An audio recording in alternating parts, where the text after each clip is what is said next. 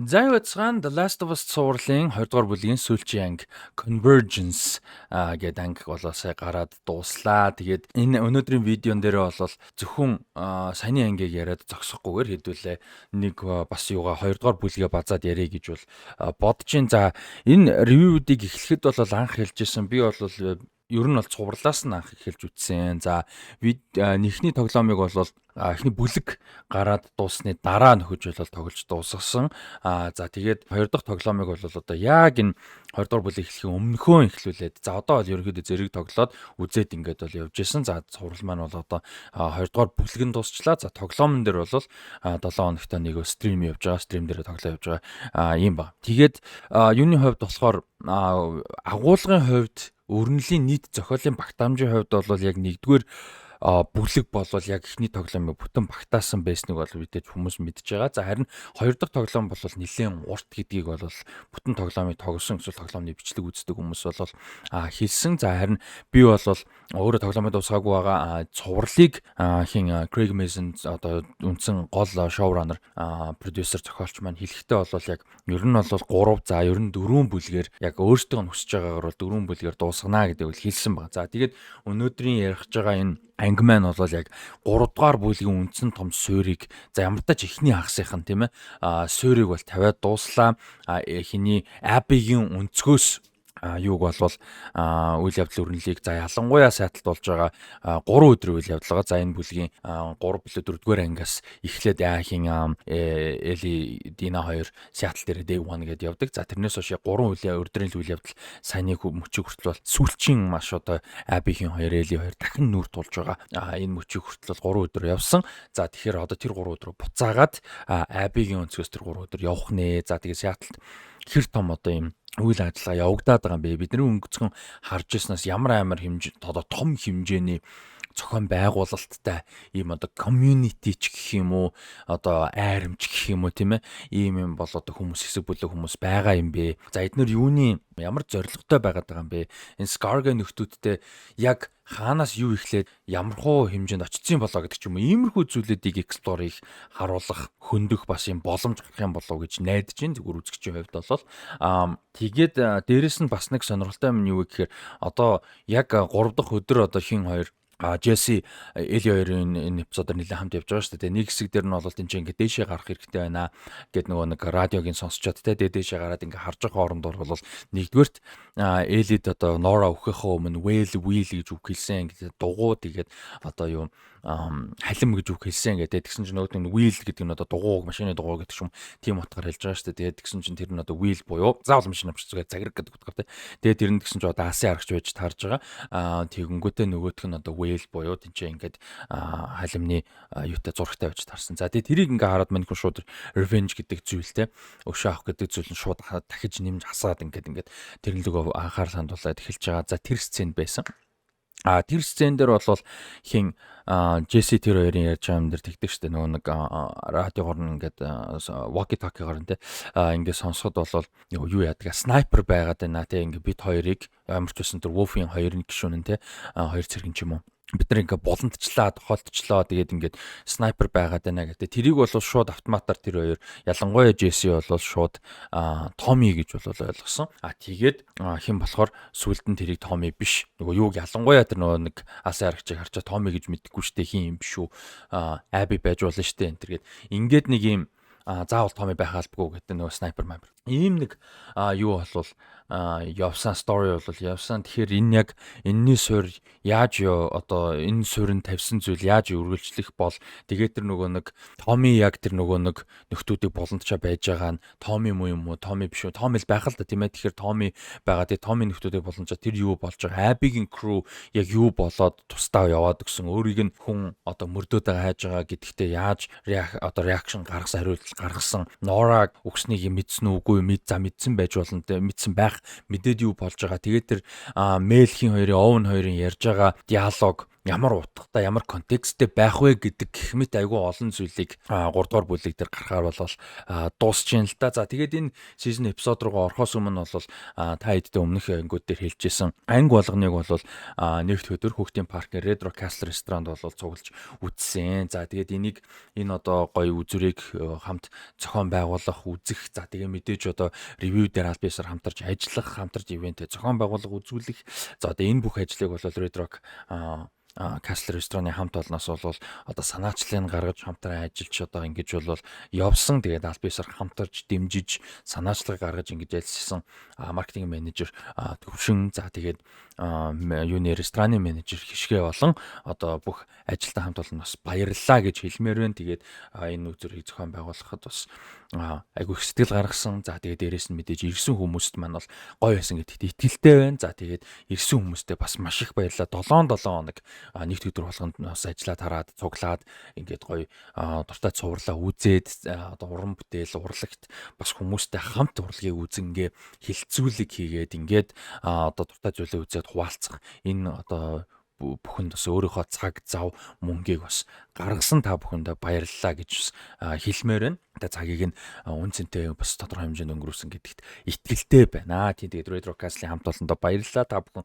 Red Rock Castle ресторанаар бол идэвхтэй үйлчлүүлцгээгээр 77449191 гэсэн дугаараар холбогдох боломжтой шүү. Тэгээ Red Rock-ийн хувьд мэдээж зөвхөн Хүүхдийн паркын Red Rock Castle-аар зогсохгүй бас одоо Red Rock Resort гэж бас тарилж байдаг. Тэгэхээр одоо бас дулаан уйлрал эхэлж байгаа учраас бас идэвхтэй үйлчлүүлцгээгээрээ бас дэмжин ажилласанд Red Rock Castle-ийн хамт олондоо баярлалаа гэж хэлмээр байна. Тэгээд юу яаж байгаа? Бүх ангиудыг Look TV Vision-ээс үзэх боломжтой байгаа гэдгээс хэлмээр байна. 3 дахь өдөр болгон гарч ирсэн. За одоо бол ингээд бүтэн бүлгийг бол монгол хэлээр аль биесны эрхтэйгээр бол одоо дуу оруулалтаагаар үзэх боломжтой байгаа шүү. HBO багцыг идэвхжүүлээд тэгээд тэнцэнээс үзэх боломжтой байгаа гэдгийг та бүхэнд бас хэлмээр байна.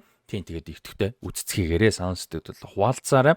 За энэ эпизод бол сая түрүүн зүгээр товчхон нэг хэсгийг нь зарим хэсгийг нь бол дурдлаа. Энэ эпизод их таалагдсан гэдгийг хэлмээр байна. За энэ эпизод төр юм шок яг одоо юу гэдгийг ингээд дэлгэцийн бүтээл дээр, тоглоом дээр ч гэсэн, зохиол дээр ч гэсэн тий одоо шок үйлдэл гэж үүдэг. Үзэгчдээс албаар реакшн гаргах зорилготой тийм үйлдэл бол нэг өөр. Тэгсэн тэр нь тэгэл буруу гэсэн үг зүгээр тэр зүйл байдаг. Тэрнээс гадна зүгээр ингээд албаар бруталтай ингээд албаар юм харгис. Гэхдээ тэрийг нь процесс хийж бид нарт амжих боломжийг олгохгүй албаар өнгөрөөдөг тийм зүйлүүд байдаг. Санаандууд их бол байгаа. Санаандууд их юм бол тэр одоо буруу юм шиг болчихно л доо тий. Чадваргүй зохиолч юм уу болчихно санаандууд их юм бол. Санаатаа тэгж чадж байна гэдэг бол бас айгүй зөрөгтэй нэгдүгээрт. Хоёрдугаарт одоо тэрийгээ сайн гүйцэтгэж чадах юм бол сэтгэл маш одоо хүн дээр үлддэг юм баг. За тэгээ нэг нь бол саяны ярьжсэн хоёр зүйлийн тэр бруталтай ингээд юм процесс хийж бодож дүгнэж мэдэрч тэгэж амжихгүй зүйл бол Джессигийн үхэл байсан.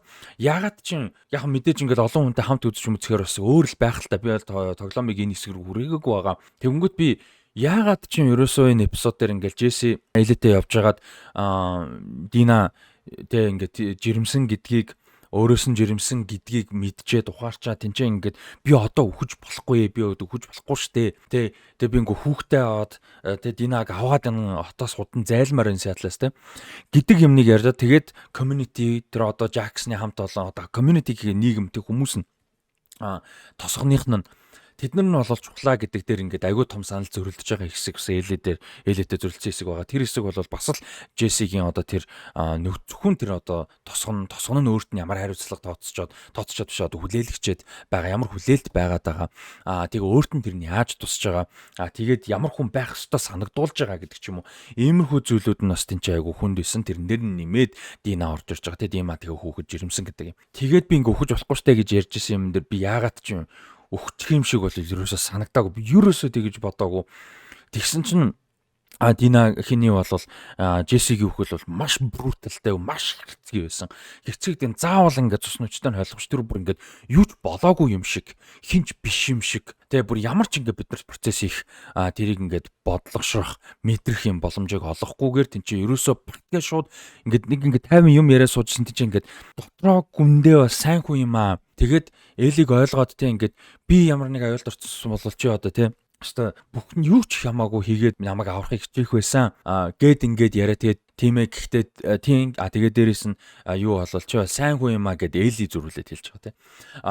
Яг яриалынхан дараалал санхүү гэхдээ point нь тий гол зорилго. Ийм юм явж исэн 50 байсан одоо үйл явдал өрнөл. Тэгээд бид нар Томиг ямар одоо мундаг хүн гэдэг нь ерөөхдөө юм. Мундаг гэдэг нь одоо яг иймэрхүү хүнд нөхцөл байдал нэг юм уу хоёр хүнтэй бол дийл хийж нэг гэдэг юм мэдэж байгаа. Тэнгүүд тэнцээ ингээд Томи хүү хаа болоод ингээд унчаа яа ч юу болчихв гэдэг юм төгшүүр төрж байгаа. За тэнцэнээс яг ингээд үзэгчд Джессихийн хоёртой Эли хоёртой хамт тийш өгж байгаа байхгүй. Тэгээд шууд бат буудуулаад унаал Эли тэнцээ бүр ингээд Джесси тэнцээ бүр үхцэн гэдгийг ямар нэг эргэлзээгүй бүр шотоор харуулж байгаа байхгүй зураглаар. Тэгэл тэнцэнээс харсан Аби ирсэн байгаа. Тэгээд шууд дараагийн юмар орж байгаа. Яг тэгэхээр Эли тэнцээ Абиг харжсан, Абиг хажсан, Аби тэнцээ ингээд чи өөртөө би чамайг амьд үлдээсэн штэ тий гэж чамайг амьд үлдээж хахад яагаад ингэж байгаа юм бэ чи ингээд тэр хэсгийн Кэтлин Диврийн жүжиглэлт ямар мундаг байваа. Бүх тэр хэсэг дээр ингээд ганцхан сцен ингээд за нэг харц гэхээс л одоо юу гэдэг нэг харцал юм да те нэг фреймэнд нэг шотонд те зураглалт тэнцээ ингээд гайхширж байгаа, уур хурж байгаа, уур хилэн гүр төрж байгаа, үзэн ядж байгаа. Бүр үнэхээр хамгийн их нь гайхширж байгаа те бүр мэд үлдээгээд чи яаж байгаа юм бэ? Яагаад гэдэг бүр ингээд тийм мэдрэмжийг тийм одоо сэтгэл хөдлөл процессыг тэгж амар жүжиж харуулсан. Бүр бүгдийг харуулж чадж байгаа байхгүй. Тэр хэсэг бол үнэхээр супер байсан. Элигийн хэсэг ч гэсэн тийч ингээд юм хийсэн зүйлдээ за яг бүтэн харамсах нь хайшин яагаад хийснэ мэдж байгаа. Гэхдээ хийсэн зүйл нь юунд хүргээд байгаа вэ? Юм ингээ хөөж байгаа зүйл бо үзэн ядал төвшөө авалт нь юунд хүргээд байгаа вэ гэдгийг баг багаар ухаарах боломж олдоод байгаа. Гэтэ ухаарч гин үү гэдэг бас тийм ингээд яг ингээ шийдвэр гаргаж байгаа мөчт нь ухаарахгүй байгаад байгаа юм шиг. Ухаа тодорхой хэмжээний харамсч юм ухаарлч юм уу зүйл байсан ч гэсэн эцсийн шийдвэрүүд нь өөр зөрөөд байгаа. Гэсэн юм гарч байгаа. Одоо тэнцээ ингээл тэр нөгөө хамгийн гол зорилго нь гол одоо тэр зөрөөд байгаа юм л тэр нөгөө хин Овен Мэл хоёр дээр шүү дээ. Тэгээд тэр Овныг алахад одоо аланч гэж нэг бодог Овен бууруу явсан. Тэгээд тэрэнд нь хохироод Мэл нас урч байгаа. Тэгээд гол нь Мэл нас урахтаа тэнцээ жирэмсэн байж таарж байгаа. Тэр хэсэг брутал маш харгас хэсэг байсан. Гэхдээ тэр нь өөр утгаар тийм ээ.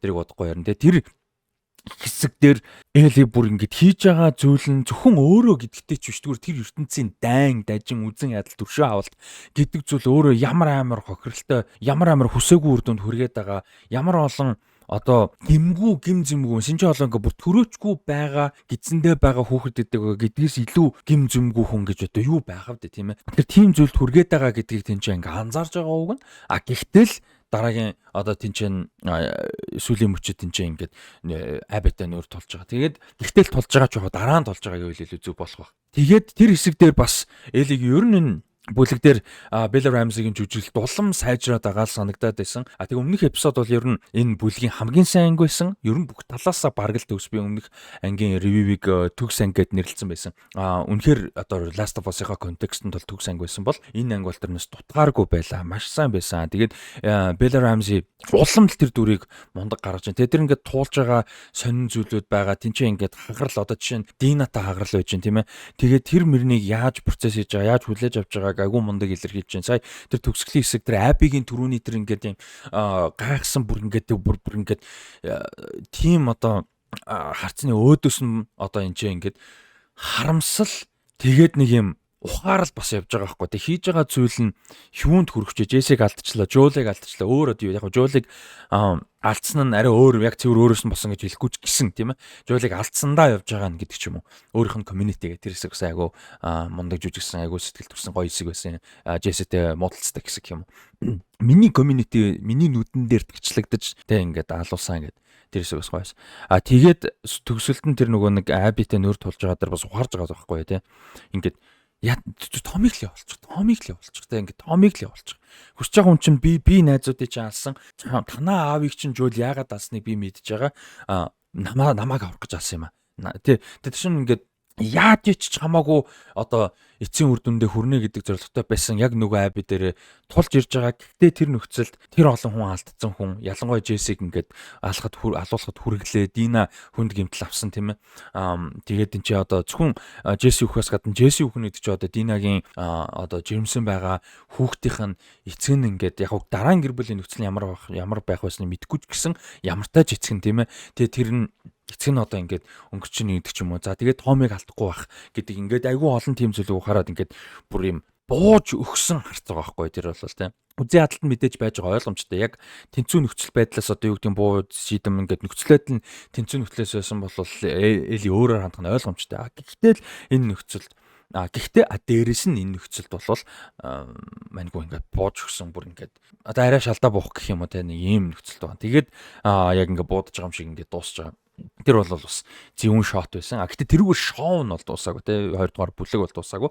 Төгсөлд AB яг нэг ихний өдөр сэрээд ингээд түрүүний ярьсан ингээд ямар том нөхцөл одоо юу менежмент явж байгаа юм бэ гэдгийг харуулад дууссан. Тэгэхээр season айгу сонирхолтой байх бах. За харин тэрнээс өмнөх болж байгаа үйл явдлууд дунд гэх юм бол Динад Эли яг юу босныг хэлсэн бас айгу чухал байсан. Тэгээд Жоли юм хийсэн, ийм нас болоод ингэсэн, би тэр юм мэдчихсэн. Тэгээд Норагаас одоо тэр хариултыг гаргуулах бол боцноос амархан байсан. Ингээд тэнцээ ингээд хүн тарчлаад зовоож ингэж ингэх нь бол өөртөө тодорхой хэмжээнд амархан гэх нь хайшаа юм дээ. Яг өөрөө амархан гэж хэлж байгаа зүгээр юу гэх боцноос нь тийм боцноос нь амархан өөрөө чадна гэдэгтээ тийм итгэлтэй биш байсан зүйлийг амархан чадсан гэдэгтээ сюрприз байгаа байхгүй юу?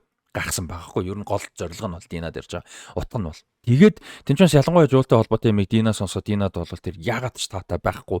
Тэгээд дээрэс нь Дина тэргүүтэй жоо Дина эвлүүлэг яг яриан дунд нарийн ширээ эвлэлэггүй ревю нэг иймэрхүү. Димээс болоо sorry. Буруу ч юм уутгатай юу хэлж байлуучлаа. Дина тэргүүтэй жоо Динагаар жишээ авахд л тэгээ ямар олон хүмүүс ямар их хүнд зуулыг энэ ертөнцид туулаад байгаа билээ. Тэгж яхад тэнд жоохон ч гэсэн итгэл найдвар байсан зүйлийг яаж үгүй хийсэн бэ? Юуны төлөө яагаад үгүй хийсэн? Тэр нь тэгэхээр яг нэг Элигийн хийж байгаа үйл хувь хүн характер гэхээс илүү тэр босон зүйл нь Динад бас амар хүн тусч байгаа нэг юм бас байж байгаа. Гэхдээ тэглээгээ Дина нэг үгүй яадаг ч юм уу дургуй ч юм тийм зүйл байхгүй. Тэгээд тэн чи ямар сандаа ингээд Элихийн хоёр Джесси хоёр явахт нь тэнцээ ингээд аз хэрэгтэй гэдэг нэг юм буугавч өгөөд явуулж байгаа шүү дээ тийм. Тэгээд энэ эпизод бол тэрэн дээр одоо жишээ нь тэрний өмнөхөн яг тэрийгэ ярьдаг юу босон яадаг хэсэг бол ингээд бас юм нөгөө нэг метафор гэдэг шүү дээ. Тийм хэсэг бас байгаа хгүй тийм чигээ би энэ нуруу муруу ингээ хамаг юм хөхнөц цолцсон. Тэгээд тэнцээ ингээ нурууг нь арчиж өгч байгаа. Тэгээд тэнцээ тэр үедээ одоо тэр үнэ юмнуудаа бас одоо ярьдаг санагдаад шүү би андуураг болол тийг санаж байна. Тэгээд тэрний чинь бас айгуу тийм significance ач холбогдол нь юу гэхээр ингээд одоо нүцгэлж байгаа гэдэг утгаар ямар утгаар юм бэ гэхээр бүх юма гаргаж өгч байгаа. Яг байгаагаараа одоо яг тэр байгаа нөхцөл байдал өмнө нь юу болсон, яасан, ямар нэг байдлаар өмнө нь хилээгүй байсан, мэдүүлээгүй байсан, хүргээгүй байсан, хуваалцаагүй байсан зүйлээ одоо ялангуяа хамгийн том зүйлээ тий одоо гаргаж ийна л гэсэн утгаар бас илэрхийлж байгаа болоо гэж бодсон. Гэхдээ би нөгөө яг үзэж байхдаа тэгэж бодоагүй дараа нь бодсон болохоор хэрвээ яг Динад саяны тэр ялангуяа жуултай холбоотой ямиг ярьсан нь яг тэр үед байсан бол миний саяны хийсэн зүйл үнэн болно. Үнэн ч юм уу одоо юу гэдэг миний хувьд үнэн болно. Гэхдээ яг тэр хоёр ярьсан хоёрын сцен нь жоохон өөр бол дараа нь өөрөөсөн бол тийм гэсэн үг биш шүү. Би яг үзнийхаа дараа бодсон учраас тэрийгэ хэлж байна. Тийм. Тэгээд тэр маш богинохон хэсэгт тэр хиний Мэл хин хоёрын хэсэг Эли хоёрын хэсэг бол үнэхээр маш харгас хүнд ингээд юм амар хэсэг бол байсан. Тэгээд тэнцээ ингээд C-section хийгээд хүүхдийн гаргаач гэдэг гэж байгаа. Тэгээд тэнцээ ингээд Эли бүр хэтэрхий шоконд ороод тэгэж чадахгүйгээр тэр эмэгтэй хүүхдтэйгээ хамт ингээд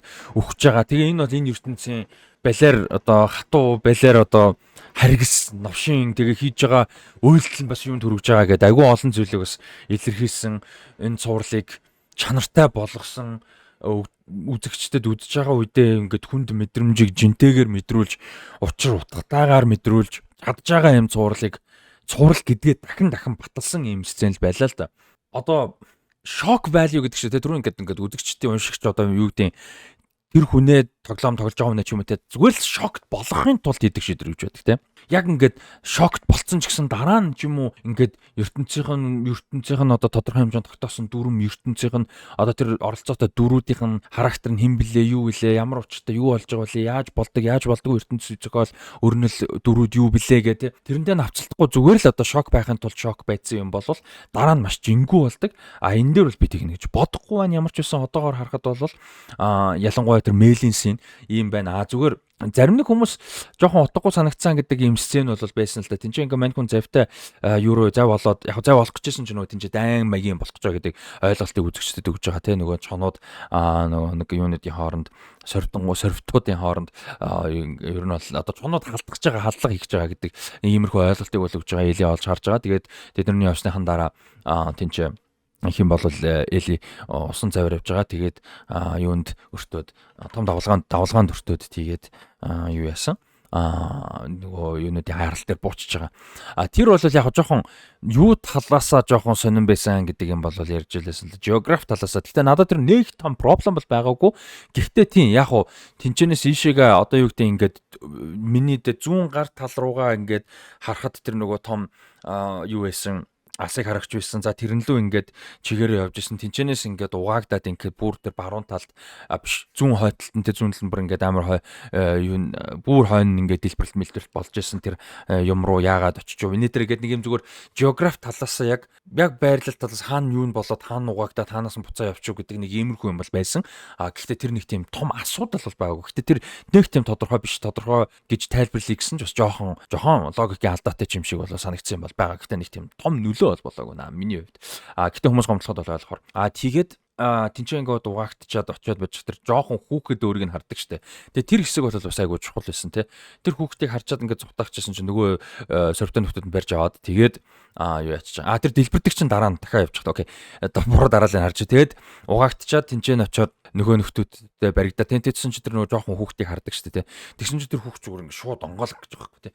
Тэгээд тэр жоохон хүүхэд тэнцээ тэгжин гэдэг чинь зүгээр гадны хүмүүсийг бид нар бусад гэж харах хэвээр тэд болон бид гэж харах хэвээр гэдэг ийм одоо юунд өсгцэн байгаа байхгүй орчинд те тэр жоохон хүүхдийг те тэгээд тэрэн дээр бас энэ ангийн хийцийн талаарх видеон дээр бол Craig Mazin үлээ Neil Druckmann ярьжсэн л да те ингээд Craig Mazin ярьжсэн санагдаж байна. Тэдний хувьд бол ингээд та нарын хийж байгаа зүйл бол нүгэл буруу зүйл биднэрийнх бол тийм биш ээ гэд. Тэгснэ биднэрийнх одоо магадгүй бурхантай шашинтай эсвэл ингээд зөвтгөх ямар нэг шалтгаантай тийм ээ. Woofen байна уу, Fedran байна уу, Scarwood байна уу? Ер нь бол тэгэнгүүт бид нар тийм юу мөртлөө та нар юм гэдэг адилхан зүйлийг тэгээд байдаг тийм. Адилхан хийж байгаа зүйлээ өөрсдөө зөвтгөхөд нөгөө хүмүүс одоо чөтгөрийн байдаг юм уу, новшин байдаг юм уу, нүгэл байдаг юм уу, буруу байдаг юм уу, одоо юу байдаг юм.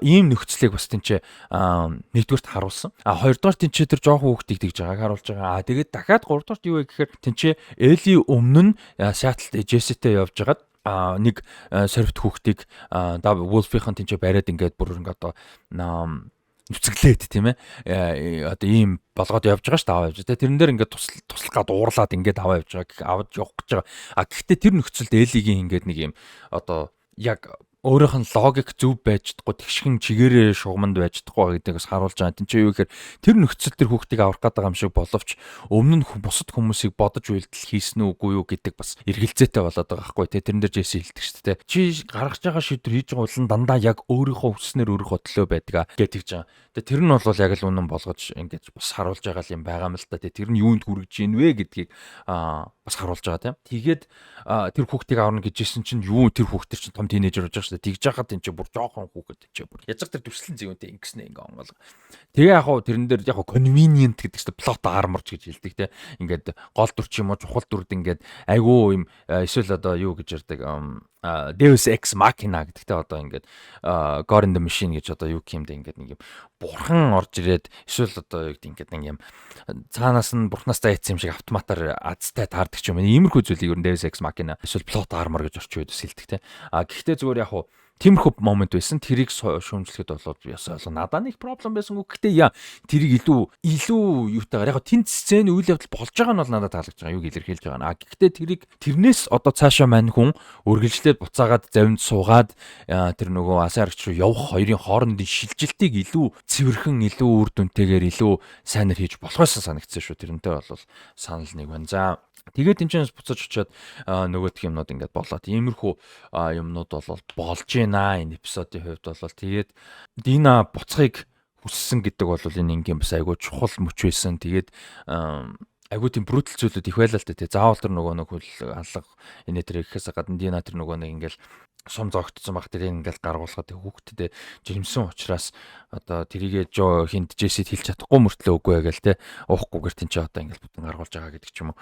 Тэр нэгдүгürt хийцэн ч амар байлаа, жүжиглэлтэн ч сайн байлаа. Тэгээд зохиол урны талаас ч гэсэн ойлголтоос Джесси тэрийг анзаарж байгаа гэдгийг ойлголтыг өсгсөн гэдэг ч юм уу. Иймэрхүү юунууд бол байсан. Ач холбогдлууд бол байлаа. За тоглоомыг бол айгүй урт гээд байгаа. Тэгээд бас нэг юм байгаа юм л да. Хоёрдугаар тоглоом айгүй урт, дээрэс нь хоёр өөр дүр, одоо хоёр өөр талын дүрийн өнцгөөс явж байгаа тоглож байгаа юм тоглоомыг. Тэгээ айгүй урт тоглоомыг яг хідэн бүлэг хэр удаан хийж ээж илүү зүгээр байх байсан бэ гэдэг нэг юм байгаа.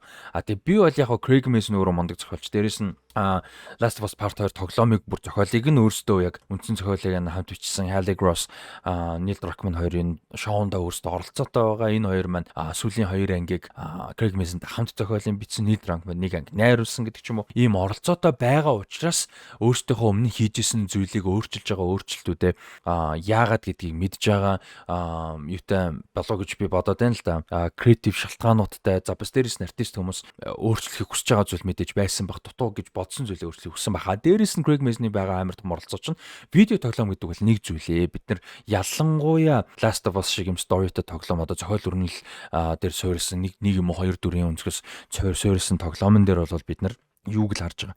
Зөвхөн тэр дөрүүдийн өнцгийг харж байгаа. Зөвхөн тэр дөрүүд яг юу үзэж харж мэдэрч байгаа. Зөвхөн тэрийг л харж байгаа. Тэнгүүд ертөнцийг тэлэх босод дөрүүд, босод хүмүүсийн өнцөг те гэх мэт айгүй олон зүйл тэнцэж байгаа. Дээрэс нь дэлгэцийн бүтээлийн narrative буюу өрнөл, зохиол, темп гэдэг өөрөө видео тоглоомноос. Видео тоглоом одоо юу гэдгийг шууд паузлахгүйгээр за паузлсан чи ойрхон хугацаанд шууд тоглоод дуусгах боломжтой. Бүх үйл явдлын өрнөлийг нэг дор мэдрэх боломж байгаа. Тэгэхээр телевизэн цуврал бол ялангуяа HBO шиг week to week гардаг. Тэгээд одоо юм том төсөвтэй орчин үед хийгддэг том төсөвтэй цувралууд дундаа хугацаатай хүлээгддэг болчихсон үед дэлгэцийн бүтээлийн найруулга өрнөл дээр талууд бол маш өөр орж ирэхээс өөр аргагүй болно тийм ээ. Гэдэгтээ бол би итгэлтэй байна. Тэгэхдээ яг нийт зохиолыг шууд харьцуулах өрнөх ийм зүйлийг яг ер нь бол цуврал өөрөө бүтэн дууссаны дараа ярихад илүү зүгээр болох гэж нэгдүгээрт бодож байна.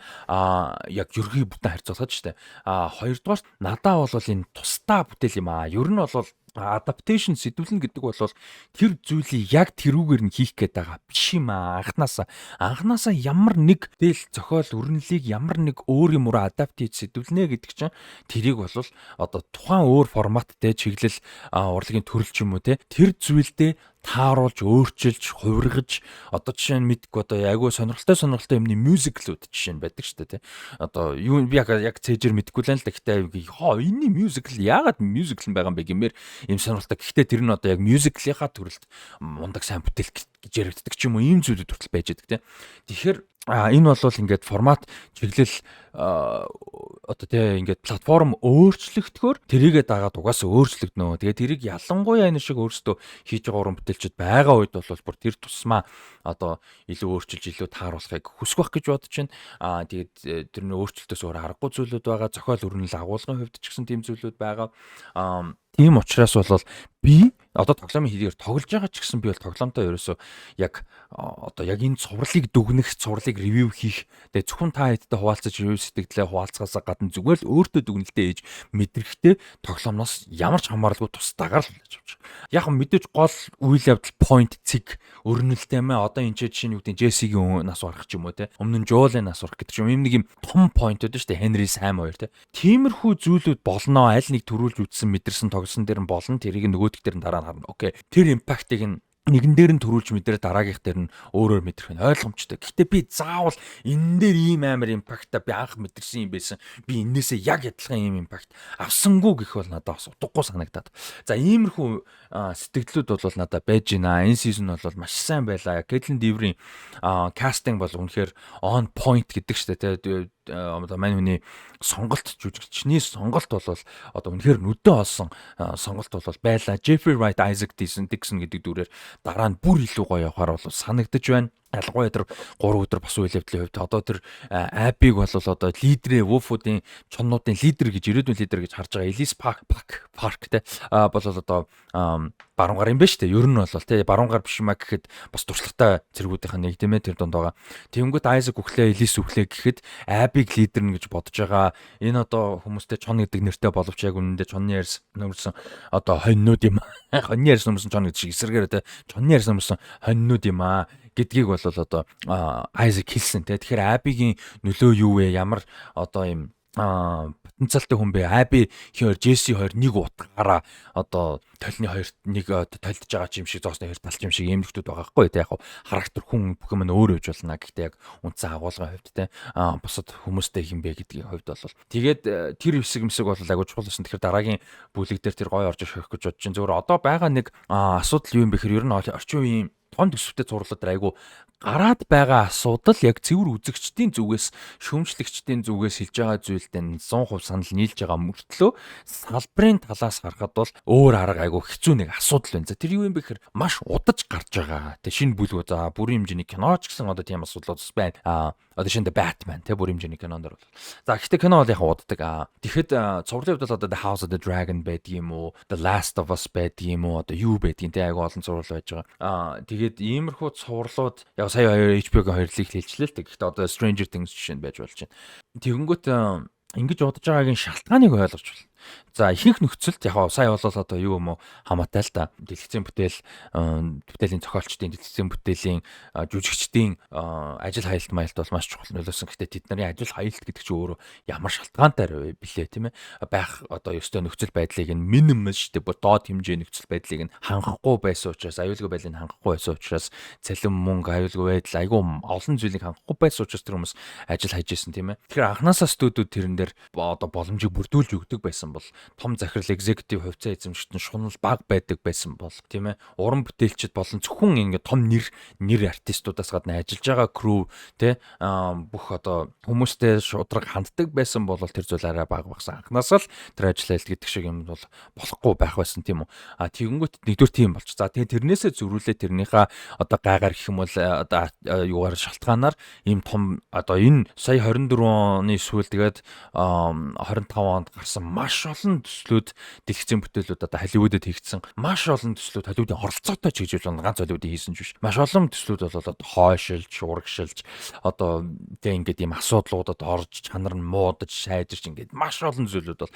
болсон. Тэгээ маш одоо төсвүүд нь утгаа алддаг ч юм уу тийм ээ. Ийм бол болсон. За тийм шалтгаануудаар болвол юу яаж байгаа? Олон том бүтээлүүд бол ингээд цаг илүү орж байна. За дээрэс нь энэ ч өөрөө төсөв өндөртэй том зураг авалттай цуурлаа. Тэгэнгүүт зураг авалт илүү холоосор одоо бүрийн хэмжээний кино шиг удаан. За post production энэ ийм одоо юунууд дээр зурлууд дээр бас удаан явна. Pre production ч гэсэн өөрөө бас их удаан явна. Чи өөрөө visual effect өндөртэй, artistic шийдлүүд бас өндөртэй, том төсөвтэй цуврал учраас.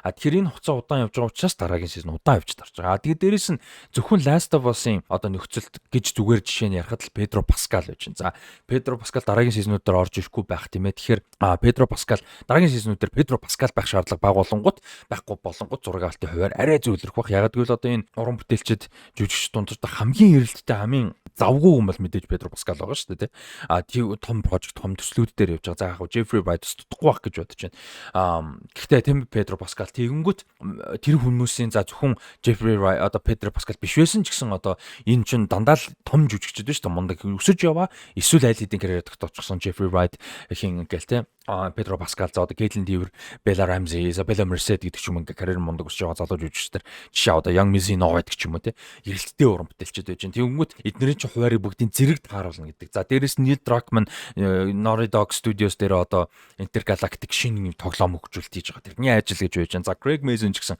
цаанаа бас мэдээж project-тай байдаг л бахна тийм ээ. Гэх мэт иймэрхүү зүйлүүдийг таарна юм том төслүүдийг тааруулна гэдэг бол маш хэцүү байдаг. За ингээд ийм асуудлууд бол гарч байгаа. Тэгэхээр салбар талаас нь тэрийг ойлгож болгоч зөрүүлээд үзэгчд талаас бол удаан хүлээхийн асуудал зөндөө. Одоо Stranger Things яг зөвхөн өөрийн миний жишээ дарахад би Stranger Things season 3 үзсэн гэдгээ өнөөдөр стрим дээр л анзаарч байгаа байхгүй. Хүү юу вэ? Яг үйл явдал юмнуудыг ингээ харах юм бол санахал байх л та. Тэгээд season 4-г би угаасаа үзээгүй тэр үед ингээд үзэхгүй байсаар байгаа л ингээд удчихсан. Одоо season 5 гараад дуусгаж чинь season 5 2 хуваагдаж гарна гэж байгаа. Би бол одоо бүр ихнээс нь зорж л үзье гэж бодож байна. Яг тэр Netflix-ийн нэг бодлын бас одоо зорилго байж болно тийм үү? Үзэгчтэй өөрсдөө сувг дээр байлгаад одоо нэг шинэ season гарахад өмнөх season-үүдээ дахиж үзэхэд бас нөлөө үзүүлэх мэдээж толгойн хэмжээний бодлогот нь багтдаг байх. Гэхдээ сэтгэлийн хувьд ач холбогдол гэдэг зүйл маш бага болсон байхгүй Stranger Things. Би одоо анхны season өмнө ревю дээр ч юм уу стрим дээр ярьжсэн. Маш хайртай би бүр үнэхээр хайрлж үзчихсэн.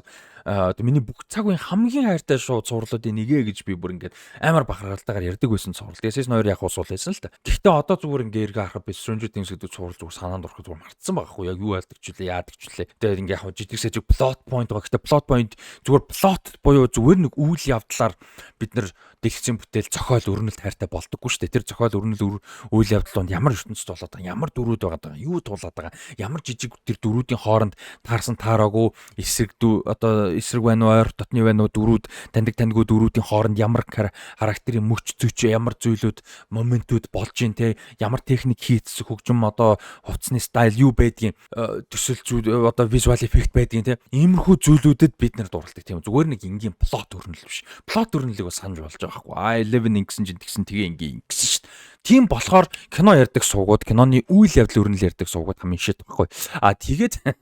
Тэгээд тийм учраас бид нар урлагийн бүтээлд дутаад зохиолт тийм ээ. Тэгэнгүүт хитрхи удааж байгаа бол дунд нь амьдрал өрнөж байна. Тэгэнгүүт тэр чинь байн rewatch хийгээд байхгүй. За яг rewatch хийх юм байгаа байлгүй яг. Гэхдээ байнга бүгд тэгж чадахгүй. Тэгээд чадахгүй хүмүүст нь одоо жишээ надад Stranger Things тийм болчихж байгаа байхгүй. Яг би үнэхээр амар хайртай зурлал байсан учраас нөхөд үзнэ. Энэ жил одоо нэгэнд дуусч байгаа юм чи. Гэхдээ бүх зурлыг тэхгүй шүү дээ. Ер нь нэг хайсан зурлыг ихэнх хүмүүс дундаас нь хайдаг тал байдаг шүү дээ тийм ээ. Тэгэхээр Last of Us тэрний нэг болчихгүй дээ гэж бас санаа зовж байна. Ер нь аль хэдийн тодорхой хэмжээгээр тэгэж тэгээд эхэлчихсэн юм шиг санагдаж байгаа зүйлээс байж байгаа. Тэгээд аль болох хурдан гараасаа гэж найдаж байна. Season 3 4 бас араас нь ч юм уу болж өгөл зураг авалт юмнуудыг хийхийг хичээгээсэй гэж найдаж байна. Тэгээд бас ийм чанартай явж байгаа сурал одоо юу гэдэг юм Westworld-ийн ардаас бити орчоосаа гэж найдаж байна. Westworld бол season 1-ийг болов би таад санал болгон season 1 зүгээр mini series гэдэг чтэй одоо богино хэмжээний цуврал гэдэг тий. Одоо олон бүлэггүй тийм цуврал шиг үзээрэй гэж хэлмээр байна. Одоо Look TV Univision дээр бас байж байгаа өөр IPTV стриминг дээр бас байж байгаа. Max Tax дээр одоо HBO Max болсон тий. Тэнцэмжээ байж байгаа. Тэгэхээр үзээрэй. Яг үзэхдээ бол яг эхний season-ыг ерөөсөө mini series үргэлжлэл баггүйгээл бодоод үзчих. Тэр бол masterpiece. Гэхдээ Westworld яасан бэ гэхээр season 2 удаан хүлээгдсэн гарахт сул болсон муу бол биш шүү дээ. Зүгээр сул нэг өөрөө masterpiece тий. Тэгээд 3 4-гээ гарахтаа айл хэдийн хит удчихсан. Тэгээд ингээд бас яг чанарын хувьд эргэлзээ зүйлүүд байгаа л та байхын хувьд байгаа. Гэтэл хүмүүс ач холбогдол өгөх гэдэг талаасаа бараг сурахгүй шахуу болтгосон байж байгаа байхгүй. Хитрхи удахаар. Тэгэхээр яг ингээд удах гэдэг бол айгүй асуудалтай. Public одоо юм олон нийтийн нүдэн дээр relevant буюу ач холбогдолтой хിവэрэ байна. Удаан тэгж тэрийгэ барина гэдэг бол өөрөө маш хэцүү юм. Одоо House of the Dragon ч гэсэн бас тэгчгүй гэж санаад яг гайгүй л дээ тийм. Ялангуяа одоо 3 дугаар бүлэгт бол маш олон том өрнөл юмнууд гарах учраас гайгүй бах гэж бодож байна. 2 дугаар бүлгийн шүүмж бас тэр байсан том юмны суур тавиад гомдод том юм болохгүй байна гэдэг. Тэрэн дээр бол Дэвид Заслав тэрүүтэй Warner Bros-ийн захирал тэрүүтэй нөхдүүд бол одоо маш буруу шийдвэрийг гаргаж сүүлийн 2 ангийн зохиолыг хасаад мөнгө хэмнэх, цаг хэмнэх гэдэг ийм зорилгоор хурдхан гаргаа гэдэг ийм зорилгоор бол сүүлийн 2 том ангийг хасцсан. Тэгээ одоо 3 дугаар бүл эхний 2 анги биш юмаа гэхэд эхний 2 3 анги дээр одоо том 1 2 том тулаан за 1 тулаан болтой анги гэдэг гаргаж жишээ болчихж байгаа байхгүй. Яг тэр сизнэ гоё эхлүүлэх баг. Гэхдээ уул нь бол энгийн ойлголтоороо бол айгүй гоё ингээд явах байсан юм ингэж байгаа. Тэгэхээр иймэрхүү шийдвэрүүдэд иймэрхүү нөхцлүүдэд маш олон одоо факторууд бол орж байгаа маа. Олон нөхцөл байдлаас хамаарж байгаа маа. Тэгээд аль болох хурдан гаргаасаа тэр удирдлага захирал нөхдүүдийн тэнэг шийдвэр бага оролт байгаасаа ер нь гайгүй гэж найдаж байна. Тэгээд тоглоомыг бол яг 3 дугаар бүлэг гарахад бол би ялээд энэ тоглоо дууссан байх нь байна. Тэгээд энэ тоглоомыг бол би бараг 6 сар стрим хийгээд тоглоо дуусчих. Нэг дор айгу цөөхөн цаг тоглоод байгаа. Айл болох одоо олон цаг тоглоод дуусгахыг бодно. Ийм бол байж байна. Тэгээд Tideman сан сэтгэлдүүдээ бас хуваалцах угаасаа энэ сизон бол надад маш их таалагдлаа. Өмнөх анги буюу юу анги бол 6 дугаар анги бол энэ бүлгийн хамгийн сайн анги байсан. Тэгээд юу бол бас мундаг анги байсан. Хиний Дина биш Жолийн одоо юу те үхдэг анги те Through the Valley гэж хоёр дахь анги байгаа. Тэр анги бол үнэхээр мундаг анги байсан. Тэрийг мундаг хийсэн байсан. Маш их импакттай байж чадсан. Жүжигчд үнэхээр мундаг байна. Педро Паскал, Bella Ramsey, Isabella Merced гурав бол ялангуяа мундаг байна. Джесси үнэхээр саяны анги дээр бас өөрийгөө Джессигийн дөр Young Messina өөрийгөө гоё харууллаа. Габриэл Луна бас нэг тэгж мундаг жүжиглэлтийн юм гарах мөч баг байгаа ч гэсэн бас л байгаа мөчүүдээ үнэхээр мундаг гоё ашиглаж байна. Рутина Весли гэж үуч Мариагийн дүрд бас баг гарахтаа бас гоё ашиглаж байна. Дэлгэцийн цагаа гоё ашиглаж мундаг өөрийгөө лидер болгож харуул гэдгийг бол харуулж бас чадаж байна. Сетийн дүр бас сонирхолтой байлаа. Тэгээд дээрэс нь Аби те. Аби дээр бол би өмнө нь хэлдгээ хэлчихсэн. За тоглоомын дээр танк шиг нөхөр байдаг ч гэсэн энэ дээр бол цэргийн хүн гэхээр заавал танк шиг хүн байгаа удгүй. Хүсвэл яг тэрийгэ хүсэх юм бол өөр хүмүүс тоглож болно. Гэхдээ эн чинь залуу хүний дүр тэгээд заавал тийм байх албатай биш. Тэгээд тийм байсан бол яг насан арай хөгшдөхөн тийм хамаагүй ах бол ихч байх хөлтэй. Гэхдээ Katie O'Brien одоо сая Mission Impossible дээр тоглодог манай Baku хүмүүс те. Katie O'Brien тоглож болно. Гэхдээ come on тэр чинь point нь биш шүү дээ. Katie O'Brien сайн жүжигч л гэхдээ Caitlin Dever ямар амар мундаг хэмжээний жүжигч юм бэ гэдгийг харуулсан. За тэгээд Caitlin Dever-ийн тэр нөгөө нэг аав нь өнгөрчихсөн тэгээд яг тэр имлэгт өөртөөгөө зүудэндээ ингээд ярьж байгаа тэр анх аавыгаа өнгөрсөн байгааг олж нээж байгаагаа шоконд орсон тэр драматаага зүудэндээ дотроо сэтгэлдээ нүүр тулж байгаа тэр эпизодыг жишээ нь зураг авалт хийхдээ яг тэр зураг авалттай өдөр ээж нь өнгөрөөд 3 хонсон байсан гэж байгаа хгүй. Тэгээд өөрөө тэр ингээд амьдралдаа маш том хагацтай нүүр тулчихсан 3 өдөр гэдэг бол ямар бага хугацаа байлаа. Ер нь хангалттай хугацаач байхгүй шүү дээ тийм том хагацалт үний амьдралд тийм ээ. Тэгээд тийм байхад тим хэсгийг тэгж мундаг одоо гаргаж жүжиглэж ажиллаа хийж чадсан гэдэг л өөр бол одоо маш том амжилт байхгүй achievement байхгүй тийм ээ гавьяа байхгүй. Тэгэхээр Caitlin Dever бол энэ бүлэг дээр бол үнэхээр өөрийгөө харуулж мундаг байж болж чадлаа. Угаасаа ч мундаг жүжигчин өмнө нь олон мундаг бүтээлүүдэд тоглоод өөрийгөө аль хэдийн харуулчихсан байсан. Та хэд бас санал болгох бүтээлхэд юу вэ чинь Short Term 12 гэд киногоо Short Term 12 гэд тэр киноны жүжигчдийн бүрэлдэхүүн бол үнэхээр ирээдүйн супер одод байсан. Найруулагч нь өөрөө ирээдүйн супер найруулагч байсан. Гэтэ энэ бол тухайн үедээ одоо юм жижигхэн инди драма кино хийсэн. Brie Larson, John Gallagher Jr. одоо юуны Silicon Valley-гийн те Brie Larson-ы бүгд мэднэ. Caitlin Dever, Rami Malek Oscar winner, Lakeith Stanfield, Brooklyn Nine-Nine-ы Stephanie Beatriz гэдэг ч юм ийм мундаг залуу жүжигчтэй. Зохиолч найруулагч нь өөрөө Shang-Chi-гийн зохиолч найруулагч гэдэг ч юм уу. Ийм одоо гоё мундаг бүрэлдэхүүнтэй кино 2013 онд бол гарч ирсэн байдаг ус үзэрэй гэж хэлмээр байна. Энэ дээр Caitlin Dever анханасаа л ямар мундаг жүжигч юм бэ? Ямар ирээдүйтэй жүжигч юм бэ гэдгийг харуулсан. Тэрэн дээр ердөө 16 настай байсан. Тийм тэгээд гих мэт цаашаага бол олон мундаг бүтээлүүд дээр өөрийгөө харуулсан. Booksmart гэх гоё кино байж байгаа. Booksmart дээр бол үнэхээр фан гоё хөгжилтэй мундаг байсан.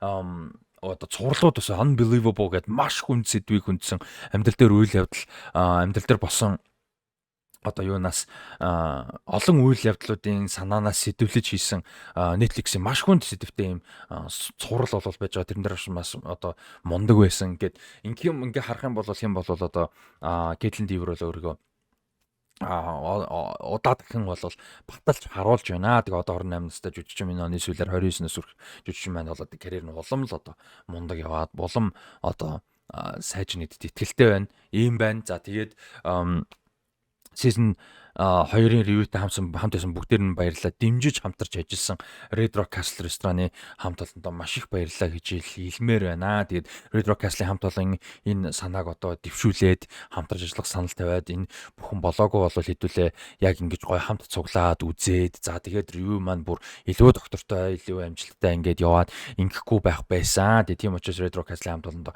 маш их баярлалаа. Та бүхэн идэвхтэй үйлчлүүлцгээгээрээ 774491 гэсэн дугаараар холбогдох боломжтой хүүхдийн паркын цайзын нэг давтар байдаг ресторан байгаа. Ийм байна. За тэгээд мэдээж бүх ангиудыг одоо бол бүх ангиудыг Univision Look TV-гийн HBO багцаас бол монгол хэлээр аль биш нэртэйгээр одоо дуу оруулахтайгаар үзэх боломжтой байгаа шүү. Тэгээд тийм учраас бас идэвхтэй үзцгээгээрээ За тэгээ санал сэтгэлдээ хуваалцаарай. Өөр одоо энэ жилийн дундаас сүүлээс гарч байгаа 7-7 хоногор гарах ямар зурлуудыг ревю хийвэл гоё вэ? За ямар кинонууд ревю хийх хүлээлт байна вэ? Санал сэтгэлдээ хуваалцаарай. Одоо 6 сард F1 байж гэн Killer of Killers гэх Predator ертөнцийн үйл явдал нь болох дотроо 3 жижиг зохиолтой нэг бүрийн хэмжээний кино одоо антологи кино бол байж гэн. Stranger Things-ийн мэдээж бүлгүүдээ бас амчин болвол нэг бүлгээр нь нөхөж үзчихээр ревю хийх санаа байж гэн. Чадахгүй бол ядаж л шинэ season 5-аар ревю хийх бах. Тэгээ Black Mirror бол одоо season 2 үзээд эхэлчихсэн явж байгаа. Season-аар нь бүлгээр нь ревю хийн. Заавдахгүй Love Death and Robots-ийн 4-р бүлгийг гарсантай холбогдуулаад 4-р бүлгийн ревю бол орчихсон. Гэхдээ бүтэн одоо tier list бичлэг бол бас явна гэдэг ч юм уу. Ингээд айгүй олон контентууд бол одоо хөгжүүлэлт эсвэл одоо бодож байгаа хүлээлт гэсэн юм шатуудаа бол явж байна. Стрим маань бас тогтмол явж байгаа. Тэгээд дэмжиж ажиллацгаагаарай. За бас удахгүй манай сувгийн контентуудтай холбоотой бас гоё шин мэдээ дуулгана гэж найдаж байна. Гоё ажил бол хөгжүүлэлтэн дээр явж байгаа. За тэгээд хамгийн last but not least эх 3 өдөр буюу одоо 6 сарын 4-өөс болвол юу маань Trivia Jam танин мэдхүн ерөнхий мэдлэгийн танин мэдхүн одоо асуулт хариултын үйл ажиллагаа тэмцээн маань бол буцаад явах гэж байгаа шүү. Тэгээд Holiday-ийн зочд буудлын Тэнгисийн баруун тишээ яваад байдаг уулзуур дээр байдаг том зочлуудлын Holiday-ийн зочлуудлын 25-т болвол Титэм спортс бар гэдэг байгаа. Тэнцээ бол 3 өдөр 8 цагаас 6 сарын 4-өөс явнаа. Гол нь багууд маань эртхэн бүртгүүлээрээ энэ үйл ажиллагаа маань одоо яг энэ 6 сарын 4-нд тэгээд ер нь 6 сард 4 удаа явуулсан төлөвлөгөөтэй байгаа. Тэгээд энэ 6 сард юу явах нь олон багийн бүртгэлтэй оролцоотой явах нь маш чухал байгаа. Ялангуяа 6 сарын 4-н дээр олон баг бүртгүүлэхгүй явахгүй бол одоо 7 бараг 6 сард бол тэр чигээр цуцлагдана. 7-8 сард бол явахгүй. За бараг 9 сараас дахиад одоо шинээр яригдах юм нөхцөлд хүрэх юм аа. Тэгэхээр 6 сард амжилттай явахын тулд бол 6 сарын 4-ний үйл ажиллагаа одоо дүүрэн багтай олон багтай оролцсон их чухал байгаа юм шүү. Тэгээд оролцсон багуудад бол харамсахгүй гэдгийг бол одоо баталгаад хэлж чаднаа. Гой хөгжим, гой асуултууд, гой тоглоомууд тоглоод ингээд найз нөхөд хамт олонтойгоо гой оролцоогоорой. Portal.mn гэсэн сайтаар ороод шууд захиалга хийх боломжтой шүү. Энэ видео ороход аль хэдийн боломжтой болцсон байгаа гэдэгт итгэлтэй байна. За яг энэ видеог орох боломжтой башим гэхэд маргааш нь бол болчихноо. Энэ видео 28-ны орой орох хэвээр.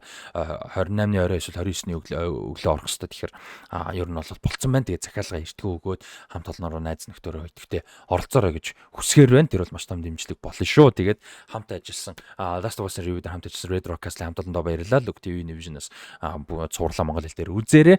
Trivia Jam үйл ажиллагаанд оролцоорой. Дараагийн review контентууд юу байвал гоё санал сэтгэлдээ хуваалцаарай. Дараагийн stream контент үйл ажиллагаануудаар уулзтлаа. Баярлалаа.